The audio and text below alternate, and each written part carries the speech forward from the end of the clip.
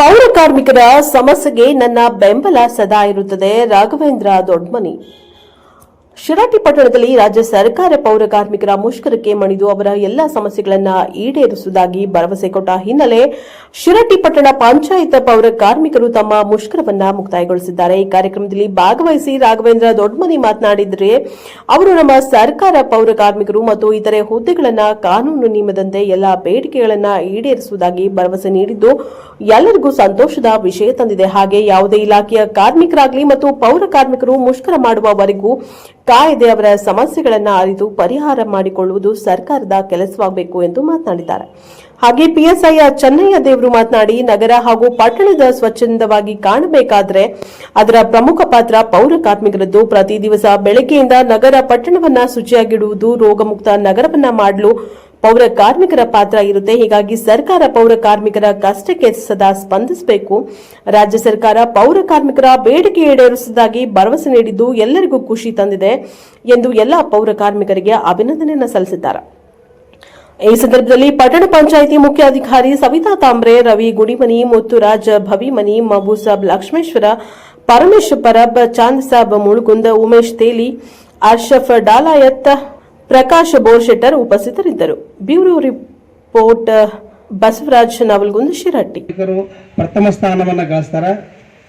ಈ ಸಮಾಜದಲ್ಲಿ ಬಹಳಷ್ಟು ಗಟ್ಟಿಯಾಗಿ ನಿಲ್ತಕ್ಕಂಥ ವ್ಯಕ್ತಿತ್ವವನ್ನು ಹೊರತಕ್ಕಂಥ ಯಾರಾದ್ರೂ ಅದು ಪೌರ ಕಾರ್ಮಿಕರು. ಈ ಸಮಾಜದಲ್ಲಿ ಮೂರು ದಿನಗಳ ಕಾಲ ತಮ್ಮ ಬೇಡಿಕೆಗಳನ್ನು ಕೊಡಬೇಕು ಅಂತ ಸರ್ಕಾರಕ್ಕೆ ಮನವಿ ಮಾಡಿ, ಬಹಳಷ್ಟು ಸಚಿವರುಗಳಿಗೆ ತಾವು ಮನವಿ ಮಾಡಿ ಮತ್ತು ವೇದಿಕೆ ಮುಖಾಂತರ ಒಂದಷ್ಟು ಕಾಲ ಮುಷ್ಕರ ಮಾಡಿದಂಥ ತಮ್ಮೆಲ್ಲರಿಗೂ ನಿಜವಾಗ್ಲೂ ನಾವು ವೇದಿಕೆ ಮೇಲಿರ್ತಕ್ಕಂಥ ಎಲ್ಲರ ಪರವಾಗಿ ನಾವು ಅಭಿನಂದನೆ ಸಲ್ಲಿಸ್ತೀವಿ. ಯಾಕಂತಂದ್ರೆ ಅದರ ಜೊತೆಯಾಗಿ ಆ ಸರ್ಕಾರ ತಮ್ಮ ಬೇಡಿಕೆಗಳನ್ನು ಈಡೇರಿಸಲಿಕ್ಕೆ ಒಂದಿಷ್ಟು ಏನು ಮಾತುಗಳನ್ನು ಕೊಟ್ಟಿದ್ರೆ ಅವ್ರ ಸರ್ಕಾರಕ್ಕೂ ಕೂಡ ನಾವು ಅಭಿನಂದನೆಗಳು ಸಲ್ಲಿಸ್ತೀವಿ. ಯಾಕಂತಂದ್ರೆ ತಾವೇನು ಸರಿ ಕುಂತಿರೋ 3 ದಿವಸಗಳ ಕಾಲ, ಈ 3 ದಿವಸಗಳ ಕಾಲ ಊರಲ್ಲಿ ಏನೇನಾಗಿದೆ ಅನ್ನೋದನ್ನ ನಮ್ಮೆಲ್ಲರಿಗೂ ಗೊತ್ತಿದೆ. ಈ ವೇದಿಕೆ ಮೇಲೆ ಇರ್ತಕ್ಕಂಥ ಎಲ್ಲ ಹಿರಿಯರಿಗೂ ಗೊತ್ತಿದೆ. ಯಾಕಂತಂದ್ರೆ ತಾವು ತಮ್ಮ ಆರೋಗ್ಯವನ್ನ ಬಿಟ್ಟು, ತಮ್ಮ ಕುಟುಂಬವನ್ನು ಬಿಟ್ಟು, ತಮ್ಮಲ್ಲಿರ್ತಕ್ಕಂಥ ಎಲ್ಲವನ್ನು ಬಿಟ್ಟು ನಮ್ಮ ಆರೋಗ್ಯದ ಬಗ್ಗೆ ಕಾಳಜಿಯನ್ನು ಮಾಡ್ತಕ್ಕಂಥ ಪ್ರಥಮ ವ್ಯಕ್ತಿ ತಾವೇನದಿರಲ್ಲ. ತಮಗೆ ಮತ್ತೊಮ್ಮೆ ನಮ್ಮ ವೇದಿಕೆ ಮೇಲೆ ಎಲ್ಲರ ಪರವಾಗಿ ತಮಗೆ ತುಂಬ ಹೃದಯದ ಧನ್ಯವಾದವನ್ನು ಹೇಳಕ್ಕೆ ಇಷ್ಟಪಡ್ತೀನಿ. ಯಾಕಂತಂದ್ರೆ ಇಲ್ಲಿರೋರು ಪ್ರತಿಯೊಬ್ಬರು ಏನಿದಿರಲ್ಲ ಬಹಳಷ್ಟು ಶ್ರಮವನ್ನು ಪಡ್ತಕ್ಕಂಥವ್ರು ಅದೀರಿ. ಯಾಕಂತಂದ್ರೆ ನಮ್ಮ ಮನೆಯಲ್ಲಿ ಒಂದು ಲೈಟ್ ಇಲ್ಲ ಅಂತಂದ್ರೆ ನಾವು ರಾತ್ರಿ ಒಜಾಡಿ ಬಿಡ್ತೀವಿ. ಅಂತದ್ದು ಇವ್ರಿಗೆ ಲೈಟ್ ಕೊಡ್ತಕ್ಕಂಥವ್ರು, ಇವ್ರಿಗೆ ಬೆಳಕು ಕೊಡ್ತಕ್ಕಂಥವ್ರು ತಾವು ಅದಿರಿ. ಈ ಊರನ್ನ ಸ್ವಚ್ಛ ಮಾಡ್ತಕ್ಕಂಥವ್ರು ಅದಿರಿ. ಈ ಊರಲ್ಲಿ ಇರ್ತಕ್ಕಂಥ ಬಹಳಷ್ಟು ಜನರಿಗೆ ಎಲ್ಲ ಪ್ರತಿಯೊಂದು ಮನೆಗೂ ನೀರು ಕೊಟ್ಟು ಅವರ ಜೀವ ಉಳಿಸ್ತಕ್ಕಂಥ, ಅವರ ಆರೋಗ್ಯವನ್ನು ಕಾಪಾಡ್ತಕ್ಕಂಥ ತಮ್ಮೆಲ್ಲರ ವ್ಯಕ್ತಿಗಳೇನಿದಿರಲ್ಲ ಅವರಿಗೆ ಆ ಭಗವಂತ ಮತ್ತಷ್ಟು ಶಕ್ತಿ ಕೊಳ್ಳಿ ಅಂತಕ್ಕಂಥ ಈ ವೇದಿಕೆ ಮುಖಾಂತರ ತಮ್ಮೆಲ್ಲರಿಗೂ ನಾನು ಮನವಿ ಆ ದೇವರಲ್ಲಿ ಕೇಳ್ಕೊಳ್ತಾ ತಮ್ಮ ಈ ಹೋರಾಟಕ್ಕೆ ಜಯ ಸಿಕ್ಕಿದೆ. ಮುಂದಿನ ದಿನಮಾನದಲ್ಲಿ ಕೂಡ ಈ ಊರಿನ ವೇದಿಕೆ ಮೇಲಿರ್ತಕ್ಕಂಥ ಎಲ್ಲರೂ ಬಹಳಷ್ಟು ಜನ ಇಲ್ಲಿ ಅದರ, ಅವರೆಲ್ಲರೂ ತಮಗೆ ತಮ್ಮದೇ ಆದಂಥ ಒಂದು ಇದರಲ್ಲಿ ತಮಗೆ ಸಹಾಯ ಸಂಕಲ್ಪವನ್ನು ಮಾಡಿದ್ದಾರೆ. ಈ ವೇದಿಕೆಗೆ ಅದನ್ನ ಹುಡ್ಚಪ್ಪಣ್ಣ ಅವರು ನಮ್ಗೆ ಹೇಳಿದ್ರು. ಅವರೆಲ್ಲರೂ ಕೂಡ ತಮ್ಮೆಲ್ಲರ ಪರವಾಗಿ ಅವ್ರಿಗೂ ಕೂಡ ಧನ್ಯವಾದಗಳನ್ನು ಹೇಳಕ್ಕೆ ಇಷ್ಟಪಡ್ತೀನಿ.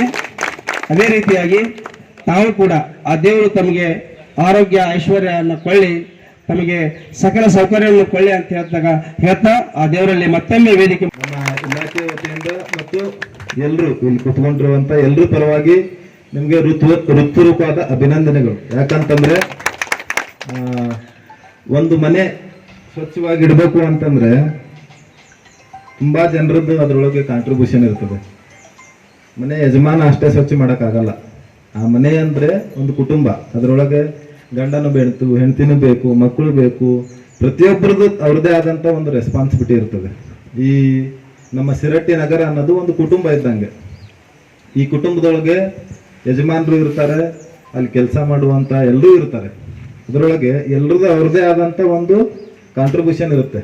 ಈ ಸೊಸೈಟಿ ಸಮಾಜಕ್ಕೆ ಈ ಒಂದು ದಿವಸ ಅಥವಾ ಈಗೇನು 3 ದಿವಸ ನೀವು ಮಾಡಿದ್ರಿ, ಈ 3 ದಿವಸನೇ ತಡ್ಕೊಳಕ್ ಆಗ್ಲಿಲ್ಲ ಯಾರಿಗೂ, ಬರೀ 3 ದಿವಸಕ್ಕೆ. ಅದೇ ನೀವು ಒಂದು ವಾರಕ್ಕೆ ಎಕ್ಸ್ಟೆಂಡ್ ಮಾಡಿದ್ರೆ ಎಲ್ರಿಗೂ ಸಮಸ್ಯೆ ಆಗ್ತಿತ್ತು. ಎಲ್ಲೇ ಒಂದು ಮನೆಯೊಳಗೆ ಸ್ಮೆಲ್ ಬರ್ತೈತೆ ಅಂದ್ರೆ ಇಮಿಡಿಯೇಟ್ ಆಗಿ ಹೊರಗೆ ಹಾಕ್ಬಿಡ್ತೀವಿ.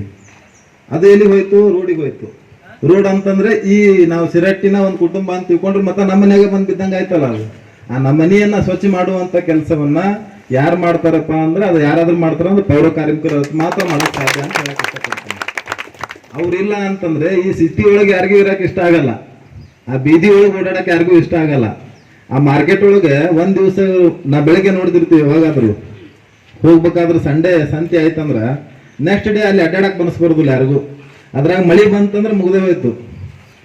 ಅಲ್ಲಿ ಏನಾಗ್ತೈತಿ, ಕಸ ಹೆಚ್ಚಾಗುತ್ತೆ, ಅದರಿಂದ ಸೊಳ್ಳೆಗಳು ಹೆಚ್ಚಾಗ್ತವು, ಮತ್ತು ಅದರಿಂದ ರೋಗಗಳು ಹೆಚ್ಚಾಗ್ತವು. ಮಲೇರಿಯಾ ಆಗಿರ್ಬೋದು, ಡೆಂಗ್ಯೂ ಆಗಿರ್ಬೋದು, ಈ ರೀತಿ ರೋಗಗಳಿಂದ ನಮ್ಮನ್ನ ಯಾರಾದ್ರೂ ಬಚಾವ್ ಮಾಡ್ತಾರಂದ್ರೆ ಅದು ಪೌರ ಕಾರ್ಯಕ್ರಮ ಅಂತಂದು ಹೇಳಕ್ ಇಷ್ಟಪಡ್ತೀನಿ. ಇವತ್ತು ಏನು ಅವರಿಗೆ ಒಂದು ಅವರ ಬೇಡಿಕೆಯನ್ನ ಸರ್ಕಾರ ಮನ್ನಣೆ ಮಾಡಿದೆ. ಇನ್ನೂ ಅವರ ಹಲವಾರು ಬೇಡಿಕೆಗಳಿದ್ದಾವೆ. ಮುಂದಿನ ದಿನಮಾನಗಳಲ್ಲಿ ಸರ್ಕಾರ ಅವರ ಮಾತನ್ನ ಗಮನದಾಗ ಇಟ್ಕೊಂಡು ಅವರಿಗೆ ಎಲ್ಲ ರೀತಿ ಫೆಸಿಲಿಟಿಗಳನ್ನು ಕೊಡಬೇಕು, ಕೊಡುತ್ತೆ ಅಂತ ಒಂದು ನಂಬಿಕೆಯನ್ನು ನಾವು ಇಟ್ಕೊಂಡಿದ್ದೀವಿ. ಇವತ್ತು ಇಲ್ಲಿ ನಮಗೆ ಕರೆದು ಮಾತಾಡೋಕ್ಕೋಸ್ಕರ ಏನೋ ಒಂದು ಅವಕಾಶವನ್ನು ಮಾಡಿಕೊಟ್ಟಿದ್ದಕ್ಕೆ ಎಲ್ಲ ಪೌರ ಕಾರ್ಮಿಕರಿಗೆ ಹಾಗೂ ವೇದಿಕೆ ಮೇಲೆ ಹಾಸೀನರಾಗಿರ್ತಕ್ಕಂಥ ಎಲ್ಲರಿಗೂ ನಮಸ್ಕರಿಸುತ್ತಾ ನಾನು ಬೇಡ ಮಾತಾಡ್ತೀನಿ. ಜೈ ಹಿಂದ್, ಜೈ ಕರ್ನಾಟಕ. ಒಂದು ಊರು ಗ್ರಾಮ ಎಷ್ಟು ಆರೋಗ್ಯಕರವಾಗೈತಿ ಅಂತ ಹೇಳ್ಬೇಕು ಆಗಿತ್ತು ಅಂದ್ರೆ ಆ ಪೌರ ಕಾರ್ಮಿಕರು ಯಾವ ರೀತಿ ಕೆಲಸ ಮಾಡಕತ್ತಾರ ಅನ್ನೋದ್ರ ಮೇಲೆನ ನಾವು ಹೇಳ್ಬೋದು ಆ ಊರು ಎಷ್ಟು ಸುಂದರವಾಗೈತಿ, ಆರೋಗ್ಯಕರವಾಗೈತಿ ಅಂತೇಳಿ. ಊರಿನ ಅಭಿವೃದ್ಧಿ ಕೆಲಸದೊಳಗೆ, ಸ್ವಚ್ಛತೆ ಕೆಲಸದೊಳಗೆ ಪೌರ ಕಾರ್ಮಿಕರು ಅನೇಕ ರೀತಿ ಒಳಗೆ ನಿಮ್ಮ ಕೆಲಸ ಇರ್ತೈತಿ. ನಿಮ್ಮ ಕೂಗು, ನಿಮ್ಮ ಬೇಡಿಕೆ ಏನು ಅವೆಲ್ಲ ಸರ್ಕಾರಕ್ಕೆ ಮುಟ್ಟೈತಿ.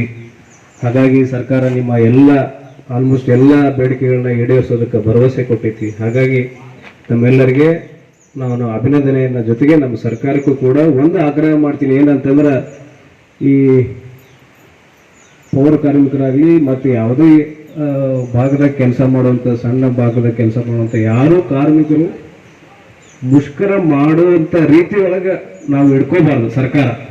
ಸರ್ಕಾರಕ್ಕೆ ನಾನು ಮನವಿ ಮಾಡ್ಕೋತೀನಿ, ಯಾರು ಕೂಡ ಅವ್ರು ಮುಷ್ಕರ ಮಾಡುವಾಗ ಆಗಬಾರ್ದು. ಅವ್ರ ಬೇಡಿಕೆ ಏನದು ಅದನ್ನ ಆದಷ್ಟು ಜಲ್ದಿನ ಈಡೇರಿಸುವಂಗೆ ಸರ್ಕಾರಗಳು ಮುಂದೆ ಕ್ರಮ ಕೈಗೊಳ್ಳಬೇಕು ಅಂತ ನಾನು ಸರ್ಕಾರಕ್ಕೆ ನಿಮ್ಮ ಮುಖಾಂತರ, ನಮ್ಮ ಮಾಧ್ಯಮ ವರ್ಗದ ಮುಖಾಂತರ ನಾನು ಆಗ್ರಹಿಸ್ತೀನಿ.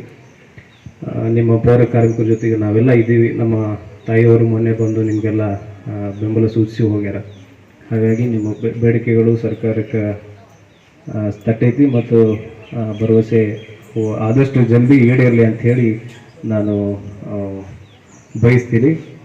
ಈ ಸಮಾರಂಭಕ್ಕೆ ನನ್ನ ಕರೆಸಿ ಮಾತನಾಡೋಕ್ಕೆ ಅವಕಾಶ ಮಾಡಿಕೊಟ್ಟ ತಮ್ಮೆಲ್ಲರಿಗೂ ನಾನು ವಂದಿಸ್ತೀನಿ. ನಮಸ್ಕಾರ.